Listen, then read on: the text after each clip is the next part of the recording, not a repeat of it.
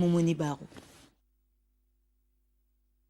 C'est parti pour la distribution de 12 millions de moustiquaires imprégnés, la toute première génération de moustiquaires imprégnés à longue durée d'action. Le Burkina Faso se lance ainsi dans une lutte plus accrue afin de mettre fin au paludisme d'ici à 2030.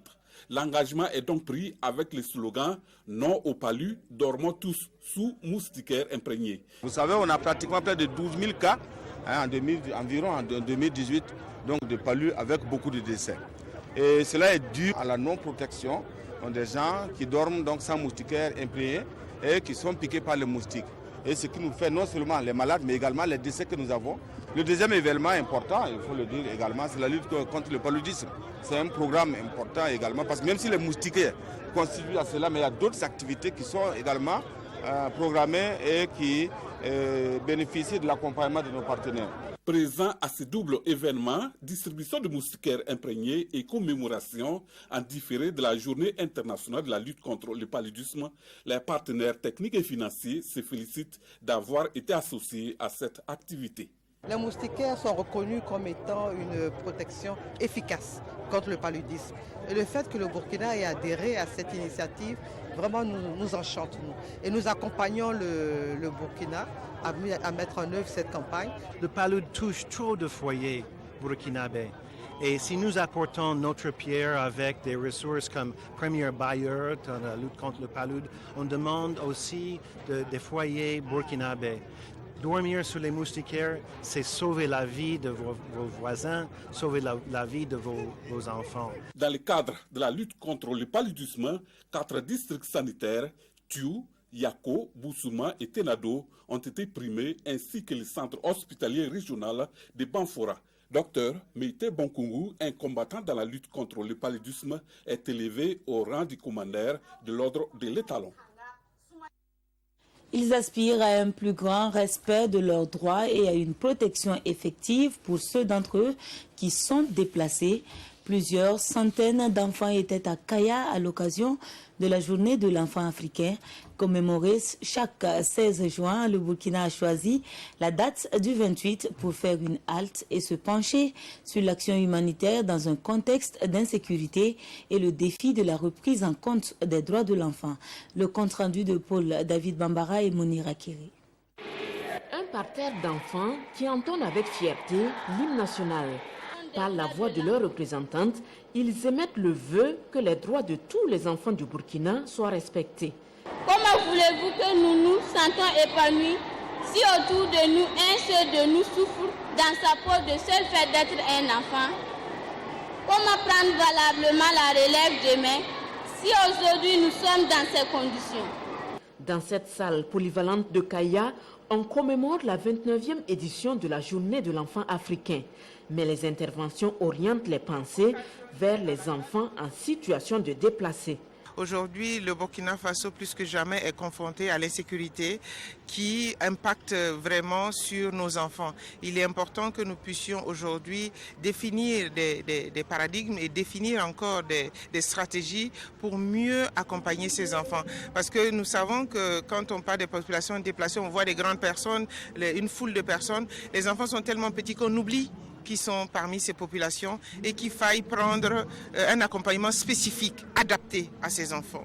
Le Burkina compte à ce jour plus de 192 000 déplacés internes, dont environ 80 000 enfants. Des enfants souvent victimes de viols, d'abandon, de maltraitance, de mariage précoce ou de grossesse non désirée. La ministre en charge de la solidarité nationale appelle à plus d'engagement envers les tout-petits. L'effectivité du respect des droits de l'enfant, c'est aussi l'accès pour tous à une éducation. Une conférence régionale sur l'éducation s'est tenue à Bobo-Dioulasso le 27 juin dernier. Il y était surtout question de l'appropriation et de la mise en œuvre du plan d'action régional pour l'atteinte de l'éducation pour tous à l'horizon 2030. Le compte-rendu de Hassan Gourabou et Ismaël Saturnin Paris. L'ODDS, l'Organisation du Pont pour le développement social, plaide pour une éducation inclusive dans les hauts bassins. Cette région enregistre 8600 enfants souffrant d'un handicap, selon le dernier recensement général de la population et de l'habitat de 2006. Et 66% de cette couche sociale ne disposent d'aucun niveau d'instruction. C'est en 2018 que nous avons trouvé nécessaire de mettre en place ce mouvement, d'atteindre toutes les forces vives de la région de Haut-Bassin pour pouvoir organiser ce thème donc, de l'éducation inclusive afin que tous les enfants de Haut-Bassin et bien sûr de tout le Burkina Faso, je dis bien tous les enfants handicapés, puissent aller à l'école. Et pour inverser la tendance et faire de l'inclusion des personnes souffrant des handicaps une réalité, l'ODDS peut compter sur le soutien de son partenaire, la Fondation Liliane. Alors le budget total s'élève, je crois, autour d'un demi-million d'euros. Alors notre contribution est petite parce qu'on vit sur les fonds propres. En fait, on fait la mobilisation de fonds auprès des particuliers aux Pays-Bas. Et c'est avec cet argent qu'on appuie des organisations partenaires dans les différents pays. Créé en 2014 par l'Institut des Sœurs de l'Annonciation de Bobo Dioulasso, l'ODDS œuvre pour la promotion de la santé, l'éducation pour tous et la protection de la jeune fille. Et voici une initiative qui contribue à l'atteinte de cet objectif d'éducation pour tous. Il s'agit de la construction d'une école primaire de 3 salles de classe dans le village de Mangourou, commune de Garango. L'initiative est du gouvernement burkinabé à travers le secrétariat permanent des engagements nationaux et des programmes d'urgence. Il entend ainsi rendre effective la normalisation des classes sous payotte. La cérémonie de remise des clés avec Assami Kabore et Mahamadi Ouedraogo. 33 millions de francs CFA, c'est la somme investie par le secrétariat permanent des engagements nationaux et des programmes d'urgence pour la construction de cette nouvelle infrastructure scolaire à Mangourou dans la commune de Garango. L'ouvrage comprend 3 salles de classe équipées en table-banc, un magasin, un bureau, des latrines et un forage. C'est de la responsabilité de l'État de continuer à mettre des infrastructures à la disposition des enseignants pour qu'ils puissent travailler dans de bonnes conditions, pour que les élèves également soient dans de bonnes conditions d'apprentissage. Nous sommes tous donc venus ici pour transmettre le message donc, du président de Faso pour dire que l'élimination des écoles sous payotte est une réalité. La machine est en marche. La réalisation de cette école fait la fierté des parents d'élèves et l'ensemble des acteurs du système éducatif de Garango. Beaucoup d'enfants ne partent pas à l'école, surtout les filles. Donc l'école est venue à point nommé. On pourra faire la sensibilisation pour que les parents amènent les filles à l'école. 42 élèves, dont 22 filles, sont en apprentissage dans cette nouvelle école primaire de Mangourou. Très actif également pour les questions d'éducation.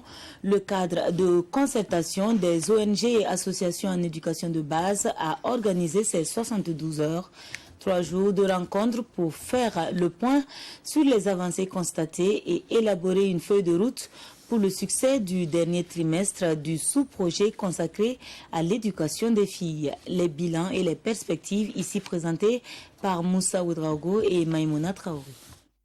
Nous sommes à l'Institut panafricain de développement aux 72 heures du cadre de concertation des ONG et associations de l'éducation de base au Burkina Faso. Il est question de faire le bilan après 6 mois de mise en œuvre du sous-projet éducation des filles.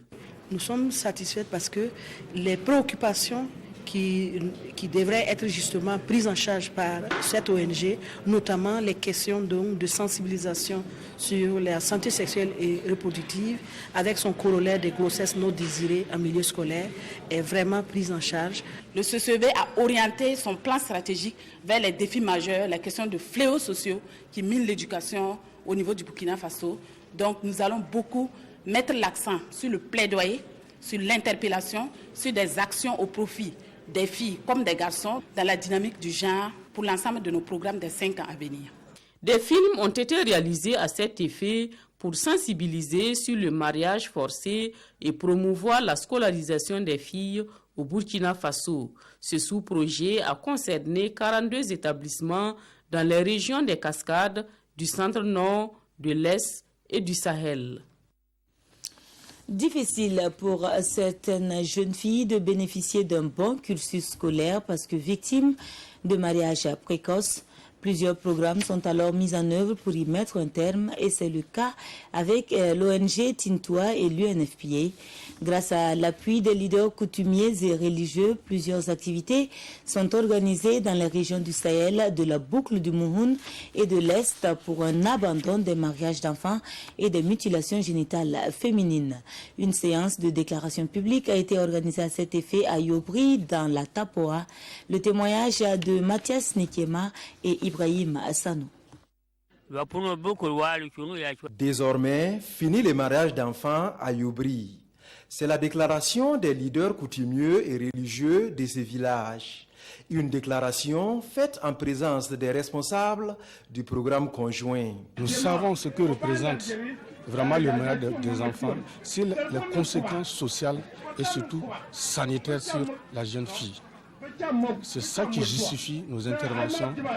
Et vous êtes au courant que la région de l'Est est la deuxième après celle du Sahel. Mise en place depuis 2017, ce programme œuvre pour l'implication des leaders communautaires et des familles dans la protection des droits des jeunes filles victimes de mariages précoces et de mutilations génitales. Il y a eu la prévention du mariage d'enfants à travers la mise en place des clubs. Donc, les clubs de jeunes filles de 10 à 14 et de 15 à 19 ans qui sont encadrés par les mentors. Il y a eu également les sensibilisations et des visites à domicile. À travers les sensibilisations, nous avons pu sauver beaucoup de filles. Le programme conjoint initié par l'ONG Tintoua en partenariat avec l'UNFPA intervient dans 3 régions, à savoir la région du Sahel, celle de la boucle du Mouhoun et la région de l'Est. L'autre défi pour la jeune fille, c'est pouvoir prendre soin de son corps en période menstruelle, surtout en milieu scolaire. Il est donc impératif qu'elle soit éduquée et sensibilisée sur la question, notamment sur les conséquences du manque d'hygiène. Le sujet a été mis en exergue à Gogo, dans le Zunouego. C'était à la faveur de la Journée mondiale de l'hygiène menstruelle, célébrée en différé au Burkina. Salif Belem et Maïmouna Traoré. La journée mondiale de l'hygiène menstruelle est célébrée sous le thème « Il est temps d'agir ». Agir pour rompre le silence, agir pour mettre un terme à la pudeur autour des règles, informer, sensibiliser et mener des actions pour permettre aux jeunes filles de vivre pleinement leur féminité. La question des menstrues, c'est un tabou, c'est un problème qui reste entre les femmes. Alors, si ça reste entre les femmes, les hommes ne peuvent pas accompagner. Ça pose un problème de malaise, voilà, de malaise, de peur, de crainte. La question de la gestion des menstrues n'est pas prise dans les structures sanitaires et très peu dans les structures scolaires. Une étude menée en 2013 a montré que 21% des filles ne viennent pas à l'école pendant la période des règles. C'est l'occasion donc d'interpeller les autorités sur l'importance de l'hygiène menstruelle. Nous comptons sur vous, chers leaders, pour briser les tabous, pour restaurer notre dignité, améliorer notre santé, notre éducation, pour notre épanouissement, notre bien-être tout court. Nous allons œuvrer dans la région du centre-sud afin que le plaidoyer puisse se faire auprès de toutes les personnes de ressources dans les écoles et partout pour que la question de la gestion de l'hygiène menstruelle ne soit plus un tabou. WaterAid et ses partenaires entendent mener des actions dès la rentrée prochaine à travers le projet de promotion de l'hygiène et de l'assainissement dans les régions du centre-nord, du centre-sud et du nord. Autre point de l'actualité, très bientôt un nouveau code minier pour l'espace communautaire UEMOA. Ce code révisé devrait permettre de résoudre les problèmes de faible optimisation, des retombées du secteur minier, la préservation de l'environnement et l'insuffisance de la prise en compte des intérêts des communautés des zones d'accueil des activités minières. Le projet a été soumis ce matin au ministre concerné pour approbation et adoption. Les détails avec Souleymane Sanou et Olopoda. un code minier communautaire révisé. Pour contribuer à l'exploitation équitable et optimale des ressources minières, la commission de l'UEMOA s'y attelle et cette rencontre des ministres en charge des mines de l'Union est une étape importante dans la mise en place d'une politique minière commune aux 8 pays membres. Le projet de révision soumis ici à leur approbation s'affiche comme un instrument intégrateur pour impulser un développement des activités minières.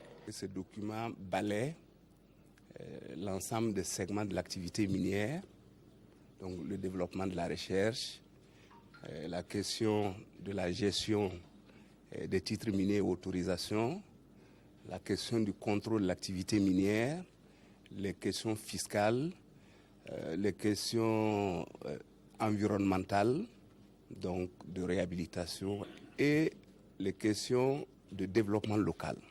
Ces ministres des Mines ont ainsi la charge d'examiner les résultats des travaux des experts en vue de donner le feu vert pour doter l'espace UEMOA d'un cadre réglementaire harmonisé, question de mieux intégrer les activités minières à l'économie des pays membres de l'UEMOA. Pour une cohésion sociale, le rôle, la place et la contribution de la chefferie traditionnelle, le thème a porté l'organisation de la 4e édition du festival Naïrim le 26 juin à Ouagadougou. C'est un festival qui vise la valorisation des garants de la tradition et la préservation de ce pan de la culture pour les futures générations. Lassina Ouattara et Vincent Kenrebeu. Un festival qui magnifie la chefferie traditionnelle. Nous sommes à Kélouin, un quartier de la capitale burkinabé. Depuis le 26 juin, la 4e édition du festival Naïrim bat son plein. On organise cela pour rendre hommage aux chefs coutumiers, pour les générations futures. Et actuellement, la tradition est en train de disparaître un peu, où nos enfants ne vont pas connaître le rôle du roi, le rôle d'un chef dans un quartier ou dans un village. Et puisqu'ils sont les garants de la tradition, plusieurs chefs coutumiers prennent part à l'ouverture de l'événement.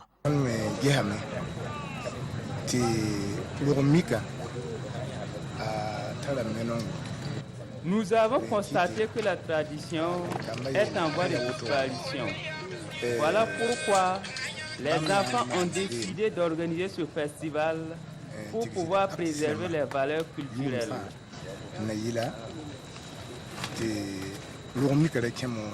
La cérémonie est marquée par la remise d'attestations de reconnaissance à des personnes ressources qui ont contribué à l'organisation de l'événement. Le festival Naïrim, c'est jusqu'au 30 juin, soit environ une semaine de manifestations. En sport, 2 victoires en autant de matchs pour le Maroc à la 32e Coupe d'Afrique des Nations. Mauvaise posture pour les éléphants de la Côte d'Ivoire et regain de confiance au niveau des Bafana Bafana de l'Afrique du Sud face à la Namibie. Le résumé des matchs du groupe D avec Salif Ouedraogo. Les éléphants dévorés par les lions de l'Atlas. Pour sa 2e sortie dans cette Coupe d'Afrique des Nations, la Côte d'Ivoire essuie une défaite face au Maroc d'Hervé Renard. Pourtant, la première situation du match est à mettre à l'actif de Jonathan Kodia, qui reprend de la tête ce centre de Serge Aurier à la première minute. Les éléphants ratent, mais pas les lions de l'Atlas. 22e minute, Nordine Amrabat s'offre un festival devant la défense ivoirienne avant de servir Youssef Nestri qui fait le reste. Les efforts de la Côte d'Ivoire pour revenir dans la partie sont vains. Le Maroc s'impose au finish 1-0. Le second match de la poule D oppose la Namibie à l'Afrique du Sud. 2 formations en quête de points. Les Bafana Bafana sont les premiers à se signaler. La passe de Lebo Motiba est magnifique, mais la frappe de Vilakazi ne trouve pas le cadre. Mais les Namibiens vont répondre à la 65e minute sans trouver la faille. 3 minutes plus tard, sur ce corner de Percy Tau, Bongani Zungu, libre de tout marquage, permet à l'Afrique du Sud de se relancer dans cette Coupe d'Afrique des Nations. Dans ce groupe, le Maroc avec 6 points est qualifié. La Côte d'Ivoire et l'Afrique du Sud avec chacune 3 points joueront leur survie lors de la 3e journée. Et c'est tout pour cette édition. Merci de nous avoir suivis. On se retrouve demain, Dieu voulant.